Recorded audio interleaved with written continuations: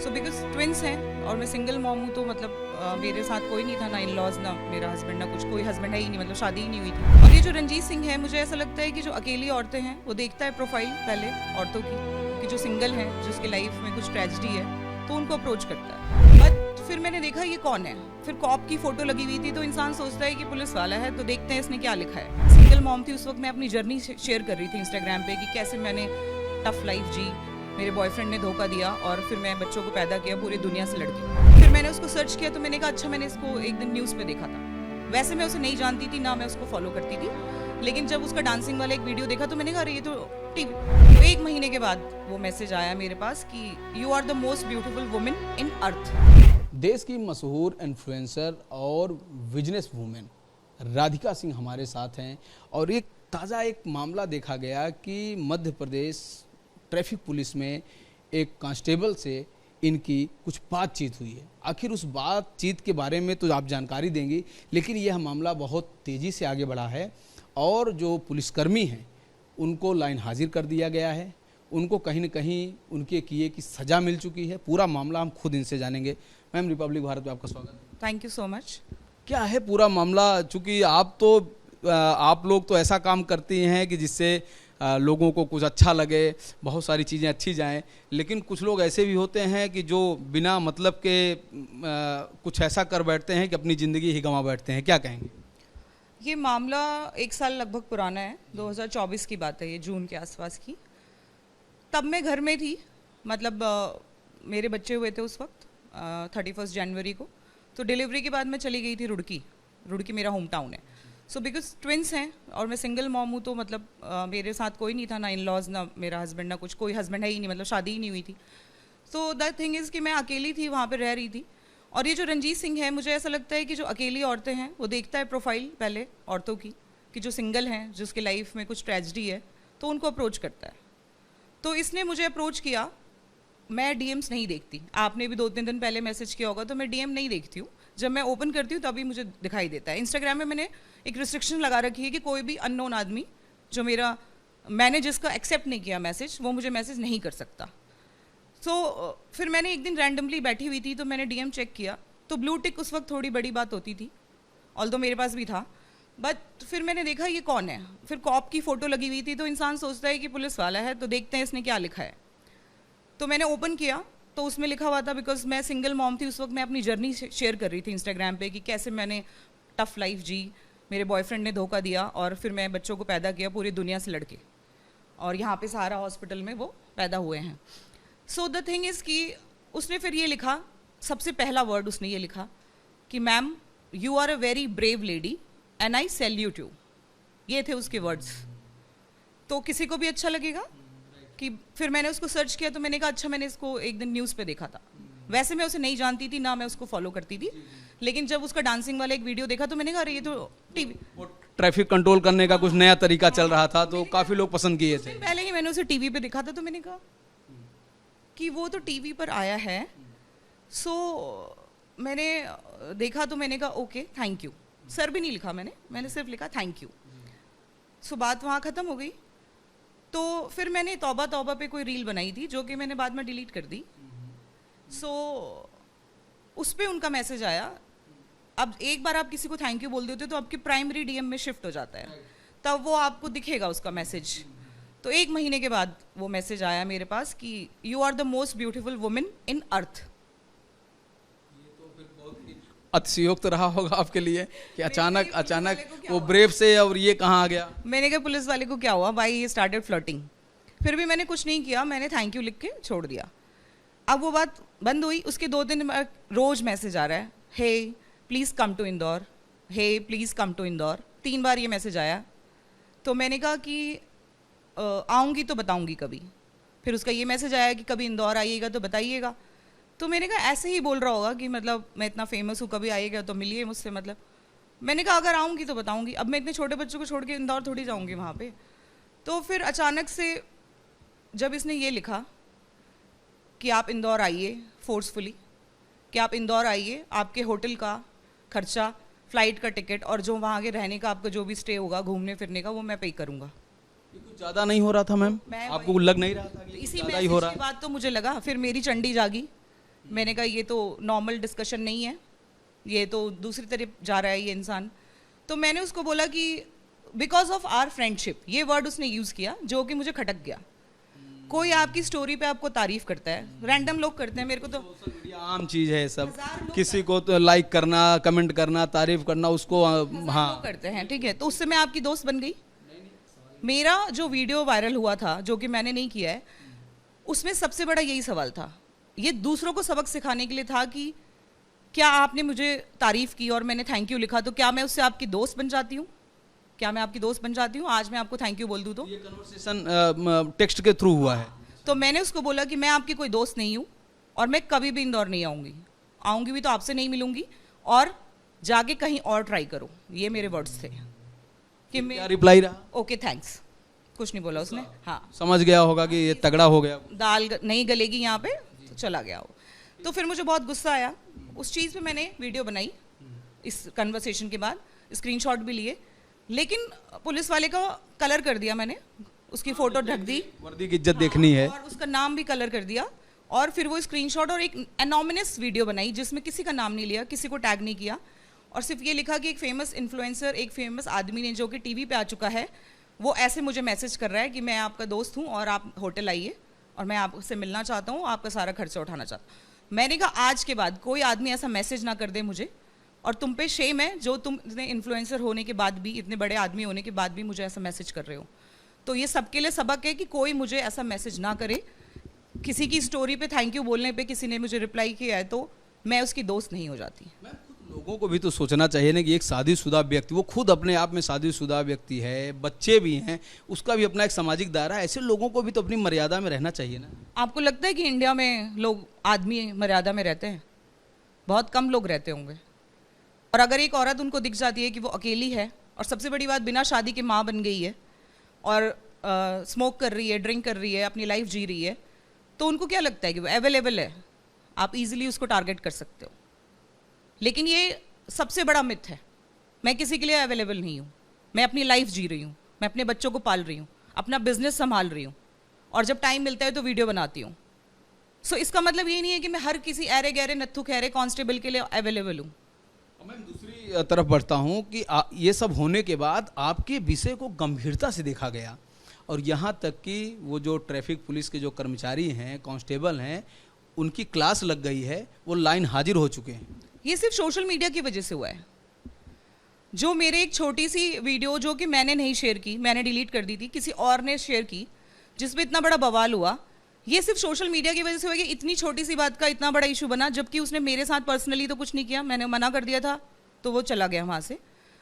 जहाँ की एक औरत रेप विक्टिम है, जिसके कुत्तों को जलाया गया, जिसको बेघर किया गया, और वो बंदा रेप विक्टिम, उसके खिलाफ वारंट है, जिसको रंजीत सिंह ने बचाया, वो औरत खुल के सामने आ गई है, वो रो रही है, वो रेप की शिकार है, उसके बाद वहाँ की पुलिस उसकी हेल्प नहीं कर रही। तो ये तो बहुत छोटी सी बात है। यानी कि आप दूसरे विषय को भी यहाँ पर ला रहे हैं, और नया विषय है कि रंजीत का एक दोस्त, रंजीत का एक जानने वाला, एक महिला के साथ भी इससे हदें पार करके उसने एक प्रकार से उसका शोषण किया है। हाँ। और उसमें FIR तक हुई है, वारंट भी इशू है, लेकिन वो अभी तक भगौड़ा है, कोई उसे पकड़ नहीं रहा है, क्योंकि उसका इन्फ्लुएंस है, पॉलिटिकल इन्फ्लुएंस है, पुलिस में उसकी जान पहचान है, और रंजीत ने एड़ी चोटी का जोड़ लगा दिया उसे बचाने के लिए। उसमें क्या रंजीत का भी जिक्र है या केवल दोस्ती का जिक्र है? उस औरत ने लॉकडाउन में अपने 40 कुत्तों के लिए, वो अपने 40 स्ट्रे डॉग्स के साथ अकेले रहती थी, तो रंजीत ने ये ढकोसला फैलाया था कि मैं लॉकडाउन में लोगों की मदद करता हूँ। तो उस औरत को किसी ने बताया कि आप रंजीत से मदद मांगिए, तो इसने कहीं से उसको फ़ोन किया कि सर आप मेरे 40 कुत्ते भूखे हैं, आप प्लीज़ मेरे लिए राशन का इंतज़ाम कर दीजिए, पैसे मैं आपको दे दूँगी। तो रंजीत ने उस पर बोला कि मैं इंतज़ाम तो कर दूँगा। आप ये सोचिए वो बंदा डायरेक्ट कैसे किसी औरत को ऐसे बोल सकता है? उसने तो मदद मांगी थी। इसने डायरेक्टली उस औरत को ये बोला कि मैं आपके कुत्तों के लिए खाना पहुंचाऊंगा, आपको मेरे साथ 2 घंटे बिताना पड़ेगा। ये कन्वर्सेशन में है। हाँ। ये बातचीत है। ये एक वर्दी पहन के इन्होंने ऐसा बोला, गंभीर बात है। मेरे को उसकी ऑडियो सुन के रोना आ गया, मैं अभी भी रो रही थी। मैं उस ऑडियो को मैंने इंस्टाग्राम पे डाला है, तो मेरे को इतना इमोशनल फील हुआ कि ऐसे कैसे कर सकता है कोई। देखिए, आप लोग भी तो समझिए ना कि महिला होती हैं और सबके अंदर आत्मसम्मान होता है। जिनके बारे में आप राधिका के बारे में बहुत कुछ सोच रहे होंगे कि अपनी ज़िंदगी जी रही हैं, उनके अंदर भी इमोशन है और उनके अंदर से आंखों में भी आंसू इस समय दिख भी रहे होंगे आपको। और इनके अंदर जिस अपनी जो एक अननोन महिला जो इनसे संपर्क की कि मेरे साथ भी ऐसा हो चुका है और रंजीत के दोस्त ने ऐसा मेरे साथ किया और रंजीत उनको बचाने की कोशिश कर रहा है, उसके वाकया को सुन के भी आप इमोशनल हुई हैं। तो देखिए, महिला महिला है, महिला का स्वरूप बदला नहीं जा सकता है, ठीक है, इंसानों की सोच अलग अलग होती है। क्या कहेंगी मैम इस पूरे मामले में आप मध्य प्रदेश सरकार के बारे में? चूंकि आप लखनऊ रह रहे हैं, मैं देख रहा हूँ कि आंसू आप रोक नहीं पा रही हैं। मुझे एमपी का कोई आइडिया नहीं है, मैं तो कभी वहाँ गई भी नहीं। मुझे लखनऊ का आइडिया है, यहाँ पे योगी आदित्यनाथ जी की सरकार में तो वुमेन बहुत सेफ है, लेकिन मुझे एमपी का कोई आइडिया नहीं। हम यहाँ रात में छोटे कपड़े पहन के भी निकलते हैं तो किसी बंदे की औकात नहीं है कि वो नजर उठा के देख ले। यूपी में यस, किसी की हिम्मत नहीं है, नहीं है। रात गाड़ी आगे लगा दे या गाड़ी फॉलो। रात में 2 बजे, पहले मैं रोहतास प्लूमेरिया में रहती थी, पूरा क्लब वहीं है, रात के 2 बजे छोटे कपड़े पहन के रोड में घूम रहे हैं। किसी की हिम्मत नहीं है कि बाइक लगा दे, कोई गाड़ी वाला रुक के शूटिंग कर दे।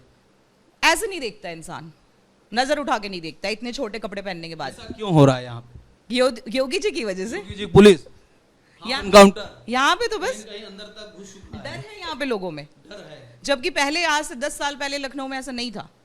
लड़कियों को रास्ते से उठा लेते थे, रेप कर देते थे, लेकिन योगी आदित्यनाथ जी के आने के बाद लड़कियां बिल्कुल सुरक्षित हैं यहाँ पे। मैं यहाँ पे 15 साल पहले भी आई हूँ यहाँ पे। वही मैं कह रहा हूँ कि आपकी भी एक मतलब उम्र हो गई, आपने तो बचपन से अभी तक जो जीवन जिया होगा, तमाम तरह के शहरों में आप रही होंगी, तो आपने ये चीज़ तो अनुभव किया होगा कि आज यूपी में फ़र्क क्या है। यूपी बहुत सेफ हो चुका है, नोएडा से भी ज़्यादा सेफ है। मैं 5 साल नोएडा में भी रही हूँ, लेकिन यूपी जैसा कोई जगह नहीं है। इसीलिए मैंने इस लखनऊ को चुना अपनी छोटी बच्चियों को रेज करने के लिए, क्योंकि मुझे पता है कि यहाँ करियर के लिए, करियर के लिए, बहुत बड़ी बात आप बता रही हैं। करियर के लिए, अपनी फैमिली के लिए, सिंगल वुमेन के लिए लखनऊ सबसे सेफ है। आप यहाँ पे कुछ भी करिए, बीइंग अ सिंगल वुमेन, अगर आप गलत नहीं है, कोई पुलिस वाला आपको नहीं डराएगा, कोई कुछ नहीं करेगा, इतना सेफ है लखनऊ। ये बहुत लोगों को पचेगा नहीं। ना पचे, मैं तो सच बोलती हूँ, मैंने खुद फील किया है।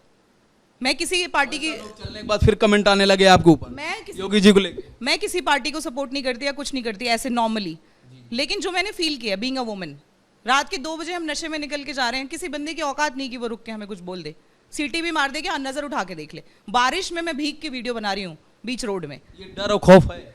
ट्रांसपेरेंट हो गए मेरे कपड़े, मैं बारिश में भीग रही हूँ व्हाइट शर्ट पहन के, किसी आदमी की हिम्मत नहीं कि रुक के देख ले कि मैं क्या कर रही हूँ। गाड़ी रोक के मैं बीच रोड में वीडियो, 2 सेकंड भी नहीं दे पा रहा है, कोई रुक नहीं रहा। अमेजिंग था वो मेरे लिए, वो सीन जब मैं वहां खड़ी थी बारिश में भीग रही थी और मैं ये देख रही कि लोग, ये कानून का राज है एक प्रकार से। लोग नजरें झुका के निकल जा रहे हैं, किसी की हिम्मत नहीं हो रही कि वहां रुक जाए।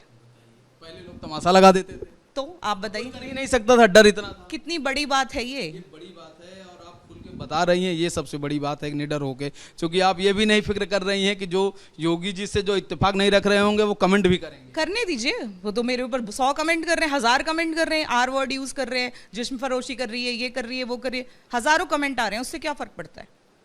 उनके बोलने से हो जाएगा? मैं जो हूं मुझे पता है।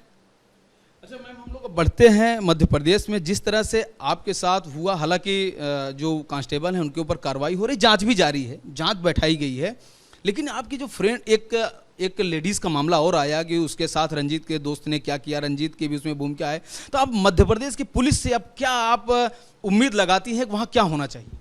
जब एक महिला ने एक महिला पुलिसकर्मी को अप्रोच किया, शायद वो सब इंस्पेक्टर थी या इंस्पेक्टर थी, नीतू यादव, आप उस ऑडियो में सुन सकेंगे, उनका पूरा नाम और डेजिग्नेशन मुझे याद नहीं है। पुलिस से हैं? हाँ, नहीं, जो औरत जिसको इन्होंने अपना स्क्रीनशॉट भेजा जिसमें रंजीत ने बोला था कि मैं 2 घंटे आपके साथ बिताना चाहता हूँ, वो कन्वर्सेशन इन्होंने पूरी स्क्रीनशॉट भेजी है।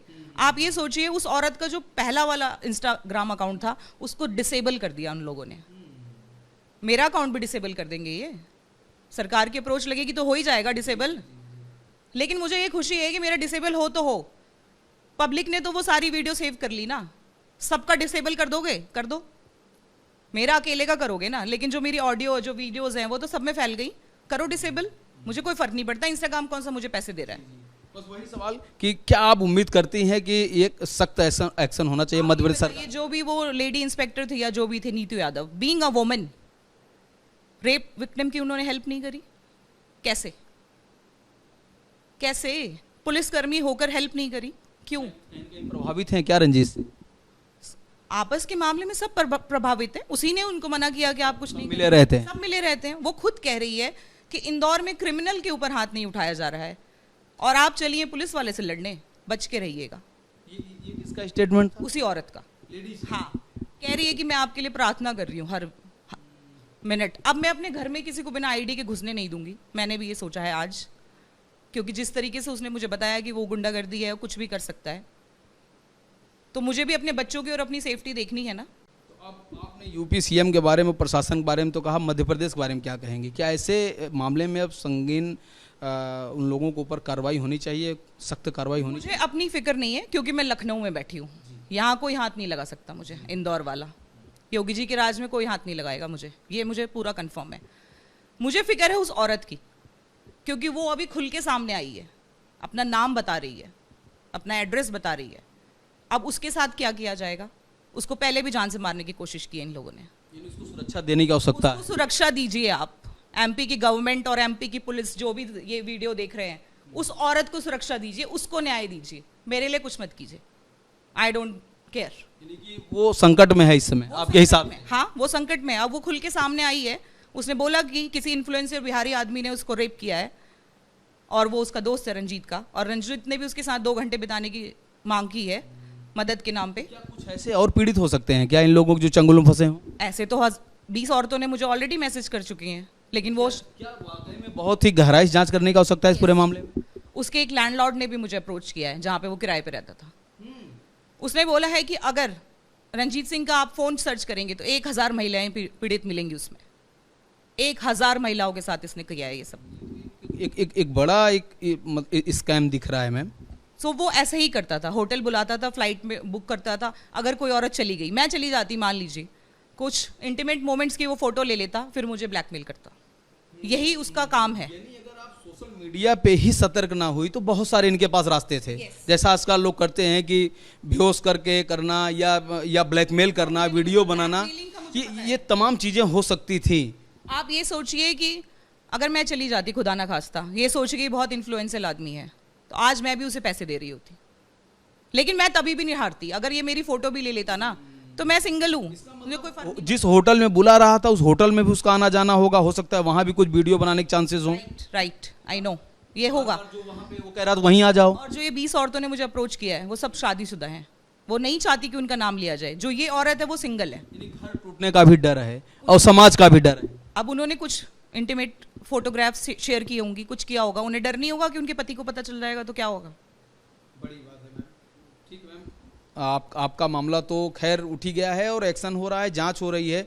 नया मामला जो आपने उठाया, आपके पास एक पीड़ित ने संपर्क किया, उसके लिए जो आपने मध्य प्रदेश सरकार और प्रशासन से जो गुहार लगाई है, हो सकता है कि मध्य प्रदेश की सरकार या प्रशासन जागे और इस पूरे मामले को बड़े स्तर पर इसका जांच करके, जो भी आप बता रहे हैं कि संख्या काफी बढ़ सकती है। आप ये बताइए, जब वो औरत कह रही है कि वारंट इशूड है, तो इस मामले में मेरे बोलने की क्या जरूरत है? उनके पास तो ऑलरेडी केस है ना। केवल एक्शन लेने का आवश्यकता है। एक्शन लेना है सिर्फ। उस क्रिमिनल को पकड़िए। क्यों घूम रहा है वो आपके राज में, कैसे घूम रहा है? बहुत बहुत धन्यवाद। Thank you so much. तो आप देखिए, हमारे साथ राधिका सिंह थी, जिन्होंने अपने इस पूरे मामले को बहुत ही गंभीरता से, बहुत ही बेबाक तरीके से उठाया है और इन्होंने यह भी कहा कि हम उत्तर प्रदेश में सेफ हैं, यहाँ पर योगी का जो प्रशासन है उसका इकबाल है, यहाँ पर हम कुछ भी करते हैं, किसी का कोई हस्तक्षेप नहीं है। लेकिन इनसे जो एक पीड़िता ने संपर्क किया है मध्य प्रदेश में, उसकी इनको चिंता है। इनका कहना है कि वहाँ पर सख्त एक्शन हो, बड़े स्तर पर जांच हो, नहीं तो वो जो पीड़िता है उसके साथ गलत हो सकता है। वीडियो जर्नलिस्ट अजीत सैनी के साथ राघवेंद्र पांडे, रिपब्लिक भारत, लखनऊ।